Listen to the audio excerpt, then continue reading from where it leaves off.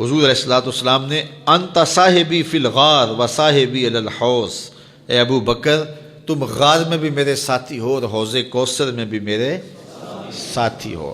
اور آقا کریم علیہ الصلوۃ والسلام نے یہ بھی ارشاد فرمایا سب سے زیادہ جس نے میرے اوپر احسانات کیے ہیں وہ ابو بکر ہے۔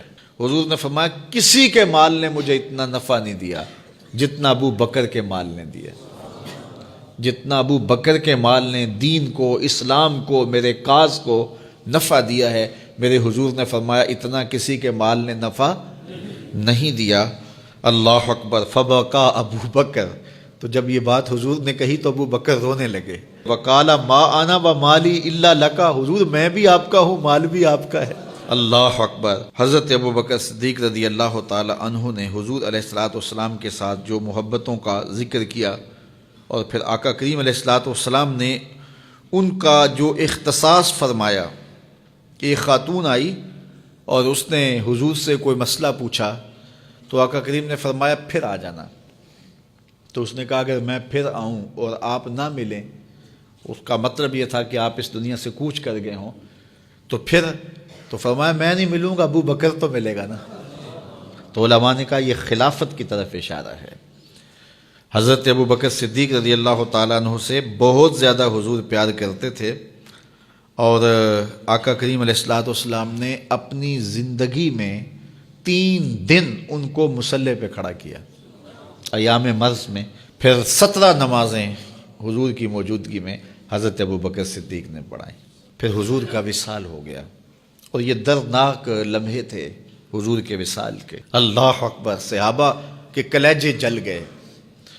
حضرت عمر نے ہاتھ میں تلوار پکڑی اور ایسے کھڑے ہو گئے اور ایسے لہراتے تھے تلوار، اور کہتے تھے خبردار کسی نے کہا حضور کا انتقال ہو گیا میں گردن اتار دوں گا۔ کوئی وصال نہیں ہوا حضور کا، حضور تھوڑی دیر بعد اپنی حالت پہ آ جائیں گے، یہ سکتے کی کیفیت ہے۔ حضرت زید بن عبداللہ کے بیٹے نے جا کے کہا ابا جی حضور کا انتقال ہو گیا، تو انہوں نے باغ میں پانی دے رہے تھے، سب کام چھوڑ دیا، ہاتھ اٹھائے گا اللہم اذہب بصری حتی لا ارا بعد حبیبی محمد احدا، اے اللہ مجھے اندھا کر دے، آنکھوں کے دیے اس لیے روشن تھے کہ تیرے محبوب کو دیکھوں، جب حضور چلے گئے ہیں تو میں نے یہ چراغ کیا کرنے ہیں، بجھا دے ان چراغوں کو۔ تو کیا کیفیت تھی۔ حضرت فاطمہ بول رہی ہیں سبت علیہ مصائب لو انہا سبت علی الایام سرنا لیالیا، میرے اوپر وہ مصیبتیں ٹوٹی ہیں اگر یہ دنوں پہ ٹوٹ پڑتی تو دن کالی راتیں بن جاتے۔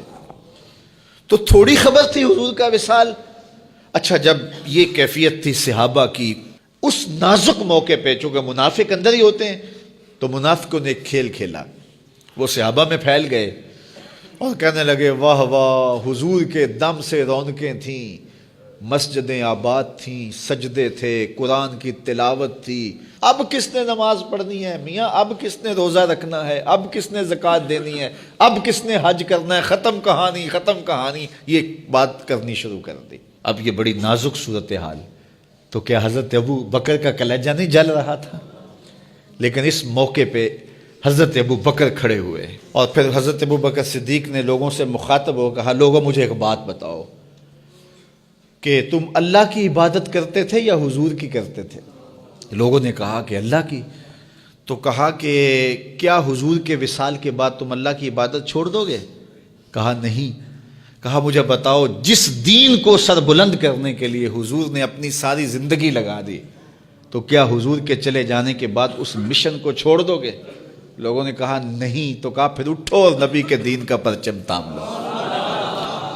حضور کا وصال ہو گیا ہے، اب حضور کے مشن کو ہم نے اٹھانا ہے اور اپنے کندھوں پہ وہ بوجھ لینا ہے۔